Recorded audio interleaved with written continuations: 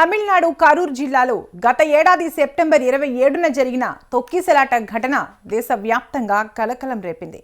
ఇది నటుడు టీవీకే వ్యవస్థాపకుడు విజయ్ నిర్వహించిన ప్రచార సభలో జరిగింది.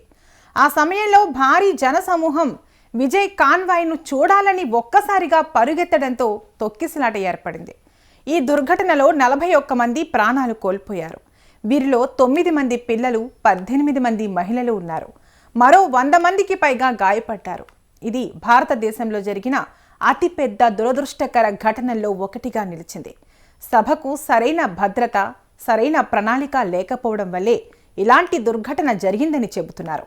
సుప్రీంకోర్టు ఆదేశాల మేరకు సిబిఐ ఈ కేసు దర్యాప్తు చేపట్టింది. సిబిఐ అధికారులు ఘటనా స్థలాన్ని సందర్శించి సీసీటీవీ ఫుటేజ్, సాక్షుల వాంగ్మూలాలు, భౌతిక సాక్ష్యాలను సేకరించారు. ఇటీవల సిబిఐ విజయ్కు సమన్లు జారీ చేసింది.